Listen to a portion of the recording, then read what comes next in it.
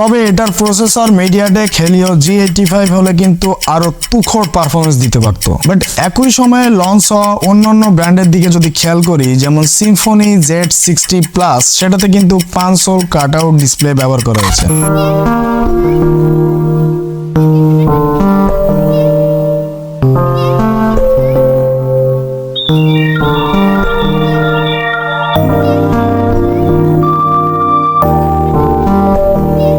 গরম গরম গরম, তবে কেন এত গরম? এই যে ইনফিনিক্স হট 30i মানে গরম। তবে ভাই এই প্রকার ঠান্ডার মধ্যে এত গরম কিছু হাতে আসলে কিন্তু ভালোই লাগে, যদিও এই গরমটা একটু লেটে আসছে। Hello everyone, hope you guys are doing well. বরাবরের মতো স্মার্টফোনটি আমাদেরকে স্পন্সর করেছে আলিপ টেলিকম। আমার ফেসবুক পেজ ও ডেসক্রিপশনে আলিপ টেলিকমের কাস্টমার ডিটেইলের নাম্বার ও তাদের পেজ লিংক দুটোই দেওয়া থাকবে। অ্যান্ড অবশ্যই আলিপ টেলিকম থেকে কোনো প্রোডাক্ট পারচেস করার সময় আমার ভিডিও রেফার করলে পেয়ে যাবেন মিনিমাম একটা ডিসকাউন্ট। ফোনটি 4টি কালার ভেরিয়েন্টে পাওয়া যাবে, mirror black, glacier blue, diamond white and marigold. But আমার হাতে থাকা ইউনিটটি হচ্ছে গ্লিসার ব্লু। অ্যান্ড এটার পারফরমেন্স সেকশন থেকেও 3টে ভেরিয়েন্টে পাওয়া যাবে, 464, 4128, 8128। অ্যান্ড আমার হাতে থাকা ইউনিটটি হচ্ছে 8128। ফোনটির বক্স কন্টেন্ট ওপেন করলে অ্যাজ ইউজুয়াল যেটা পেয়ে যাব হট 30i ফোনটি, then warranty card, SIM tray ejector pin, TPU case, 10 charging adapter, Type-C charging cable, that's it. ফোনটির ডিজাইনটি অনেকটা ব্যাক প্যানেল থেকে 12 Pro Max বা 13 Pro Max এর মতো করার ট্রাই করেছে। ব্যাক প্যানেলটি ডায়মন্ড কার্ডের ডিজাইন হওয়াতে আলোতে বেশ রিফ্লেক্ট করে, বেশ গ্লোসি ম্যাটেরিয়ালস এর ব্যবহার থাকায় দেখতে বেশ ভালোই লাগে। তবে কিছু জায়গায় খেয়াল করে দেখেছি ফিঙ্গারপ্রিন্টের ছাপ বসে যাচ্ছিল, এটা খুবই বিরক্তিকর। এটা অ্যাভয়েড করতে হলে অবশ্যই ট্রান্সপারেন্ট কেসটি ব্যবহার করা খুবই জরুরি। ফোনটির ওয়েট হচ্ছে 191 গ্রামস। ওয়েট ডিস্ট্রিবিউশন ভালো, বেশ সুইটেবল লেগেছে। কম্প্যাক্ট সাইজের হওয়াতে সিঙ্গেল হ্যান্ড ইউজে বেশ মজা পাবেন শিওর। ফোনটির ফ্রন্ট সাইডে অবভিয়াসলি গ্লাস, ব্যাক প্যানেল ও side panel both panel plastic বিল্ডের। পোর্টস এন্ড বাটন হিসেবে অ্যাজ ইউজুয়াল সবই থাকছে Type-C charging port, 3.5mm headphone jack, microphone, bottom firing speaker, side mount fingerprint and volume button. Fingerprint টেস্টের time duration overall fast and accurate ছিল, but এটাতে stereo speaker তো নাই, তবে থাকলে ভালো হতো। Bottom firing speaker sound quality খুব একটা ডিসেন্ট লাগে নাই।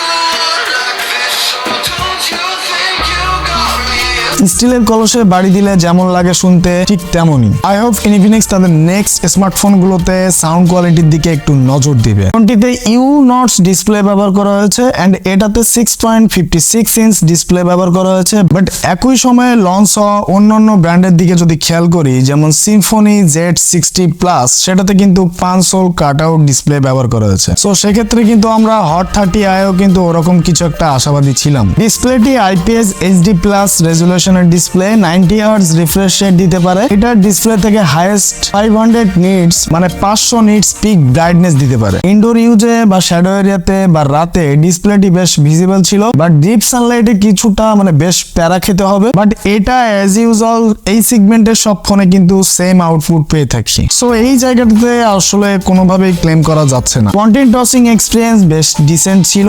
HD প্লাস ডিসপ্লে থাকাতে অন্যান্য IPS ডিসপ্লের মতো এক্সপিরিয়েন্স পাওয়া যাবে। ডানে বামে সব দিক থেকে দেখলে কোথাও কোনো প্রকার নেগেটিভ ভিউইং অ্যাঙ্গেল ছিল না। তবে ফুল HD প্লাস ডিসপ্লে হলে আরো বেটার এক্সপিরিয়েন্স পাওয়া যেত। বাট 90 হার্টজ রিফ্রেশ রেট বেশ ডিসেন্ট ছিল। বাট UI তে অ্যাপস ওপেনিং বা ক্লোজিং টাইমে রিফ্রেশ রেট কিছুটা ডাউন হতে দেখেছি। মেবি 60 হার্টজ বা এর আশেপাশে রিফ্রেশ রেট ছিল। তাছাড়া অ্যাপস ওপেন ক্লোজ টাইমে টাচ রেসপন্স বেশ ভালোই ছিল। ফোনটির পারফরমেন্স সেকশন নিয়ে যদি কিছু বলতেই হয়, এটার অন্যান্য ভেরিয়েন্ট কেমন জানি না, 464 বা 4128 কেমন সেটা জানি না, তবে 8128 মানে আমার হাতে যে ইউনিটটি আছে এটার পারফরমেন্স বেশ কুল লেগেছে। 2D গেমে বেটার এক্সপিরিয়েন্স ছিল।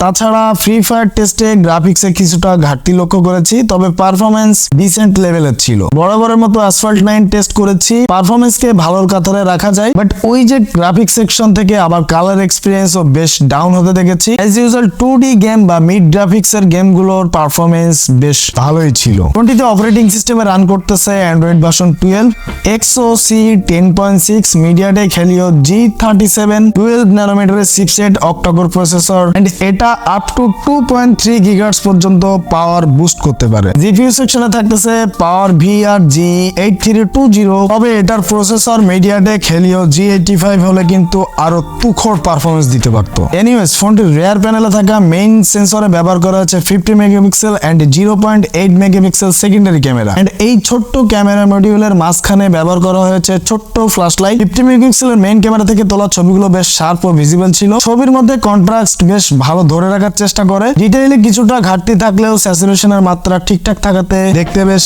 ভালোই লাগে। পোর্ট্রেট মোডের ছবিগুলো বেশ ভালো, তবে ব্লারনেসটা বেশ আর্টিফিশিয়াল লেগেছে আমার কাছে। রিয়েলিস্টিক যে ব্যাপারটা সেটা ছিল না। কিছু কিছু ইমেজের মধ্যে ওভার স্যাচুরেটেড লেগেছে, তবে রেডি পিকচার বা সোশ্যাল মিডিয়া পিকচার মানে যাদের ছবি নিয়ে খুব একটা মাথা ব্যথা নেই, ছবি এডিট করার সময় নেই, মানে একটা রেডি পিকচার বের হয়ে আসলেই চলে, তাদের জন্য এই ক্যামেরার ইমেজ প্রসেসিং ব্যাপারটা বেশ কাজে দিবে। তবে ফ্রন্ট প্যানেলের 5 মেগাপিক্সেলের ক্যামেরা থাকলেও এটার আউটপুট বেশ ভালোই ছিল। 16 মেগাপিক্সেলের মতো লেগেছে আমার কাছে। মনে হয় 5 মেগাপিক্সেল হলেও এটার প্রত্যেকটা ছবির মধ্যে ন্যাচারাল কালার টোন ছিল। ওভারঅল সেলফি লাভারদের কাছে এটা ভালোই লাগবে। And the last thing is battery. Hot 30i diamond cut ডিজাইনের এই কম্প্যাক্ট সাইজের ফোনটির মধ্যে ব্যবহার করা হয়েছে 5000 mAh ব্যাটারি। বাট ভাই এই 10 ওয়াটের চার্জার কিছুটা হতাশ করেছে আমাকে। মানে 0 to 100 ফুল চার্জ করতে ওভারঅল 3 ঘন্টা প্লাস সময় লেগে গেছে। অ্যাটলিস্ট 18 ওয়াটের একটা চার্জার তো ইনফিনিক্স দিতেই পারে। তবে এই কয়দিনে অ্যাজ এ সেকেন্ডারি ডিভাইস হিসেবে ইউজ করাতে ব্যাটারি লাইফ নিয়ে কোনো প্রকার প্যারা খেতে হয় নাই। প্রো লেভেলের ইউজারদের একদিন ছুঁই ব্যাটারি লাইফ দিবে। ওভারঅল 5000